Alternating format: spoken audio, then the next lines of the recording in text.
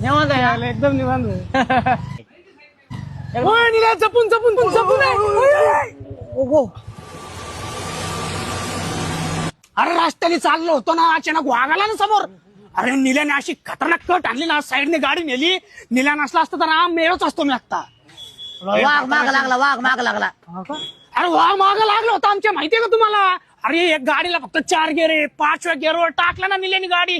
अशी खतरनाक पळवत होता माग आमच्या माग. आम्ही वाघाच्या पुढं बाबो लय खतरनाक अशी डेंजर पळवत होता ना गाडी.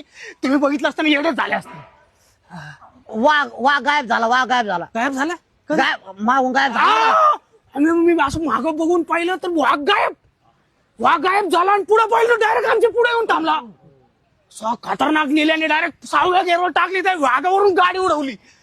बाबू लय खतरनाक किस्सा झाला काय सांगू. आपल्या अंगावर उडी मारली होती वाघाने झेप. कधी शिफ्टी नव्हतं की फिरून. अरे शेपटी धरली ना वाघाची गाडीवरून उतरून. असं गोल गोल गोल गोल गोल गोल करून फेकून दिला वाघ तिकडं.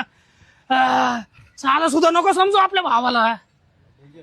लय खतरनाक किस्सा झालता. जिवंत राहिला असता का मी नसतो जिवंत राहिला.